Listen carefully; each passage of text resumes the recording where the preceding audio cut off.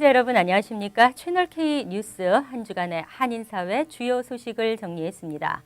이번 주는 때이른 눈폭풍에 미주리주 퍼거슨 사태까지 마음을 졸이는 한 주였습니다. 분노한 시위대는 정의 없이는 평화도 없다고 외쳤는데요. 퍼거슨 사태는 전국으로 번지며 이곳 뉴욕에서도 한때 세계 브릿지 운행이 마비되는 등 불안감이 조성되기도 했습니다. 지난 8월 미주리주 퍼거슨시에서 흑인 청년을 총으로 사살한 백인 경관에 대해 검찰이 불기소 결정을 내리면서 이러한 결정에 분노한 시민들의 시위가 일파만파로 번지며 폭력과 약탈로 이어졌는데요. 특히 퍼거슨시에서는 상점들이 전소되고 약탈이 이어졌습니다. 이 중에는 한인업소들도 다수 있는 것으로 확인되면서 안타까움을 자아냈습니다. 박민기 기자가 보도합니다. 흑인 청년이 백인 경관의 총에 사망하면서 시작된 퍼거슨 사태가 점점 악화되어 인종 간의 대립으로 치닫고 있습니다. 퍼거슨 소방국은 뷰티 서플라이와 자동차 부품업소 등 밤새 25건의 화재가 발생했다고 밝혔습니다. 이 중에는 한인업소도 포함된 것으로 알려졌습니다. 시카고 총영사관에 따르면 퍼거슨 인근 지역의 10여 개 한인업소 중 6군데 정도가 폭동의 피해를 입은 것으로 확인됐습니다. 이처럼 피해자가 속출하고 가게가 전소되는 등 시위가 점점 과격해지자 사망한 마이클 브라운 주니어의 아버지 마이클 브라운 시니어 씨는 대배심의 판결에 화가 나지만 폭력이 정답은 아니라며 아들의 죽음을 헛되이 하고 싶지 않다는 뜻을 밝혔습니다. But hurting others or destroying property is not the answer. No matter what the grand jury decides, I do not want my son's death to be in vain. I want it to lead to incredible change, positive change, change that makes the St. Louis region better for everyone. 정부 인사들은 시위 행렬을 진정시키기 위해 평화 시위를 거듭 강조하고 있지만 시민들의 분노는 좀처럼 사그라들지 않고 있습니다. 시위는 워싱턴 DC와 뉴욕, 그리고 서부 최북단 시애틀시에서부터 남부 최남단 마이애미시에 이르기까지 인권활동가를 중심으로 대배심의 결정에 항의하는 대규모 시위가 동시다발적으로 열려 긴장이 고조되고 있습니다. 제이 닉슨 미주리 주지사는 시위 격화 가능성에 대비해 퍼거슨시의 주 방위군 수백 명을 추가로 투입했습니다. 이에 따라 퍼거슨에 투입된 전체 병력은 2,200여 명으로 늘어났습니다. 채널K 뉴스 박민기입니다. 이런 와중에 최근 오하이오주에서는 또 하나의 CCTV 영상이 공개됐습니다. 또 백인 경찰의 흑인 소년 과잉 진압 사건인데요. 퍼거슨시 사태와 맞물리면서 파장을 예측할 수 없는 지경입니다. 클리블랜드 경찰은 지난 22일 공원에서 모형총을 갖고 놀던 흑인 소년 타미르 라이스가 신고를 받고 출동한 백인 경찰에 피격되는 CCTV 영상을 공개했습니다. 영상에서 라이스는 모형총을 들고 행인을 겨누며 인도를 걷다가 공원 정자에 앉았고 다가온 순찰차 조수 속에서 경찰이 내려 곧바로 라이스에게 총격을 가했습니다. 라이스는 병원으로 이송됐지만 지난 23일 사망했습니다. 라이스를 쏜 경찰은 백인인 티머시 로먼으로 현재 휴직을 하고 조사를 받고 있는 것으로 알려졌습니다. 영상과 함께 사건 당시 911 신고 녹음 파일도 공개됐습니다. 신고자는 총을 들고 있는 사람이 청소년일 수 있으며 총도 가짜일 수 있다고 말했지만 출동한 경찰에 전달되지는 않았습니다. 순식간에 총격이 발생했지만 경찰은 라이스에게 총을 쏘기 전 손을 들라고 3차례 명령했고 라이스가 이에 응하지 않았다고 주장했습니다. 영상이 공개되면서 미주리주 퍼거슨시 사태와 맞물려 논란이 커지고 있습니다. 이에 대해 오바마 대통령은 폭력적 시위에 관한 한 관용을 베풀 수 없다고 밝혔는데요. 미주리주 소요 사태를 바라보는 마음이 참으로 안타깝습니다. 시카고를 방문한 오바마 대통령은 어제 연설에서 미주리주 퍼거슨시 사태를 언급하면서 시민들의 좌절감은 이해하지만 그렇다고 폭력 사태를 용인할 수는 없다고 강조했습니다. 오바마 대통령은 또 이 좌절감은 단순히 특정 사건에 대한 것이 아니라 많은 유색인종 공동체에 깊이 뿌리 박혀 있는 것이라며 하지만 좀 더 생산적인 방식으로 그러한 좌절감을 표현하는 방법도 있다고 말했습니다. 시민들을 위험에 처하게 하는 방식에 대해서는 관용이 있을 수 없다며 이것은 범죄 행위이고 그런 행위에 가담하는 자들은 처벌을 받아야 한다고 지적했습니다. 또 이런 폭력 행위에 대해 변명하는 이들도 있겠지만 지역사회를 파괴하는 모든 행위에 대해서는 어떠한 동정심도 느낄 수가 없다고 강조했습니다. 오바마 대통령은 미주리주 대배심이 흑인 청년 마이클 브라운을 총으로 사살한 백인 경관 데런 윌슨에게 불기소 결정을 내린 직후 발표한 성명에서도 시위대 진정을 촉구한 바 있습니다. 교회 일보와 퀸즈 희망 나눔 재단이 계속되는 경기 침체로 어려운 시간을 보내고 있는 퀸즈 주민들에게 추수감사절을 맞아 행복쌀 나누기 캠페인을 벌였습니다. 비록 날씨는 추웠지만 마음만은 따뜻한 추수감사절이 됐습니다. 박민기 기자가 보도합니다. 교회일보가 주최하고 퀸즈 희망 나눔 재단이 주관하는 행복쌀 나누기 행사가 퀸즈 주민들의 마음을 녹였습니다. 퀸즈 156가와 노던 블루버드에 위치한 한아름 마트에서 진행된 이번 행사는 어려운 경제 사정으로 행복과 웃음을 잃어버린 퀸즈 이웃들에게 희망과 사랑을 안겨주기 위한 목적으로 진행됐습니다. 저희 교회일보에서 매년 봄, 가을로 쌀을 이렇게 행사를 하는데요.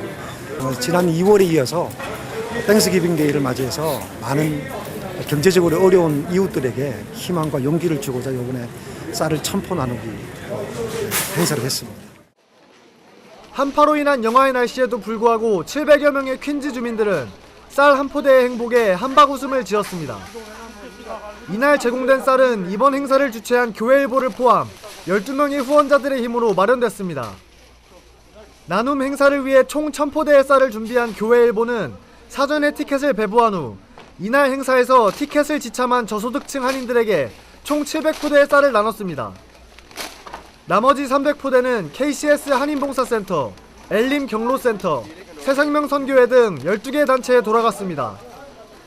올해로 8번째 쌀 나눔 행사를 진행한 교회일보 우병만 목사는 모두가 힘든 시기이지만 이럴 때일수록 서로 도와야 한다며 이번 행사를 통해 퀸즈 지역 주민들에게 조금이나마 힘이 되길 바란다는 소망을 밝혔습니다.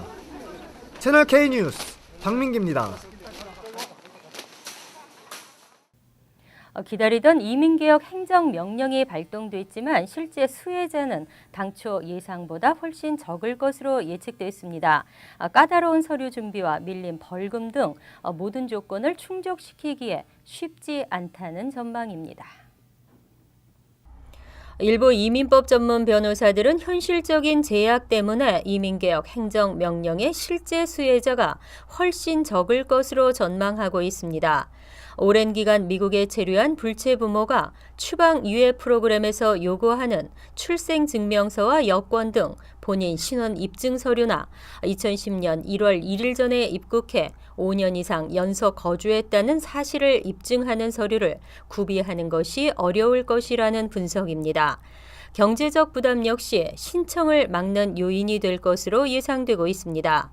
이민정책연구소의 최근 보고서에 따르면 지난 2012년 시행된 불체 청년 추방 유예의 경우 신청 자격을 갖춘 것으로 추산된 120여만 명 가운데 55% 정도만 신청 절차를 마쳤습니다. 자격이 있는데도 신청하지 않은 사람의 43%는 비용 때문이라고 대답했습니다. 수수료 외에 벌금과 밀린 세금도 납부해야 하기 때문에 경제적 부담이 훨씬 큰 것으로 분석됐습니다. 이 밖에 개인정보가 이민당국에 전달돼 추후 단속 대상이 될 가능성을 우려하는 경우도 많은 것으로 조사됐습니다. 국경을 넘는 나홀로 불체 청소년이 뉴욕시 공립학교에 입학할 예정입니다. 이들의 공립학교 유입은 앞으로도 수년간 이어질 것으로 보이는데요. 교육 예산 부담이 큰 문제로 떠오르고 있습니다. 뉴욕 포스트는 미 남부 국경을 넘어 홀로 미국으로 온 불체 청소년 2,350명이 공립학교들에 입학할 예정이라고 보도했습니다. 이미 시 교육국은 각급 학교 교장들에게 이와 같은 사실을 통보하고 추후 더 많은 청소년이 학교에 입학할 예정이라고 전했습니다. 이미 뉴욕시는 최근 과테말라와 온두라스, 엘살바도르 등지에서 폭력 사태를 피해 국경을 넘은 불체 청소년 1,662명을 공립학교에 배정했습니다. 이 가운데 퀸즈 공립학교에는 가장 많은 732명이 배정받았으며 브루클린 424명, 브롱스 433명, 맨해튼 63명이 배정됐습니다. 이들을 포함해 현재 뉴욕주 공립학교에서 공부하고 있는 불체 학생은 약 35만 명으로 추산됩니다. 이와 같이 불체 학생이 늘어남에 따라 시정부와 주정부가 부담해야 할 학생당 교육비가 증가할 것이라는 우려가 커지고 있습니다. 뉴욕시 학생 1인당 평균 교육비가 약 20만 749달러인 것을 감안할 때 새로 입학할 불체 청소년 2,350명에게 들어갈 교육비는 약 4,870만 달러로 추산되고 있습니다. 그동안 제기돼왔던 H-1B 비자 소지자의 배우자에 대한 불공평이 해소될 전망입니다. 우수 인력 유치를 위해서도 늦어도 내년 초 전문직 취업 비자 소지자의 배우자에게 취업이 허용될 전망입니다. 백악관은 지난 20일 브리핑을 실시하고 H-4 비자 소지자의 취업 허용에 관한 규정 변경안을 12월이나 내년 1월 중으로 확정 발표하겠다고 예고했습니다. 영주권 취득 절차를 시작한 H-4 비자 소지자에게 노동 허가증을 발급하는 방안은 지난 2011년부터 본격적으로 논의됐습니다.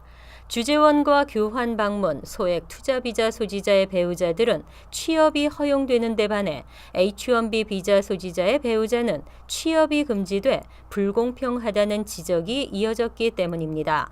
뿐만 아니라 외국 우수 인력이 본국으로 귀국하는 주요 이유 중 하나로도 파악되고 있습니다. 이와 같은 방안은 12월이나 내년 1월 초 규정 변경이 공시된 직후 시행될 것으로 전망됩니다. 현재 취업 이민 영주권 문호의 우선 일자가 열리기를 기다리고 있는 수십만 명이 혜택을 받게 될 것으로 기대되고 있습니다. 한편 행정명령에서 발표된 I-140 승인자와 그 배우자에 대한 전면적인 노동 허가 발급은 대대적인 규정 손질이 필요해 시행까지는 더 많은 시일이 걸릴 것으로 전망됩니다. 50대 한인 여성이 고령을 이유로 해고됐다며 소송을 제기했습니다. 개인의 능력과 무관한 연령으로 인한 차별은 부당하다는 주장입니다. 하지만 회사 측의 주장과는 엇갈리고 있어 귀추가 주목됩니다.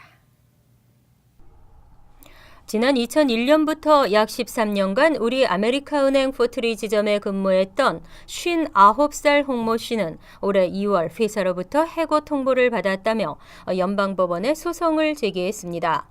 홍 씨는 불과 4개월 전까지만 해도 임금 인상과 함께 인사 고과에서 좋은 평가를 받았고 해고 직전까지도 업무와 관련된 그 어떤 지적도 듣지 않았다고 밝혔습니다.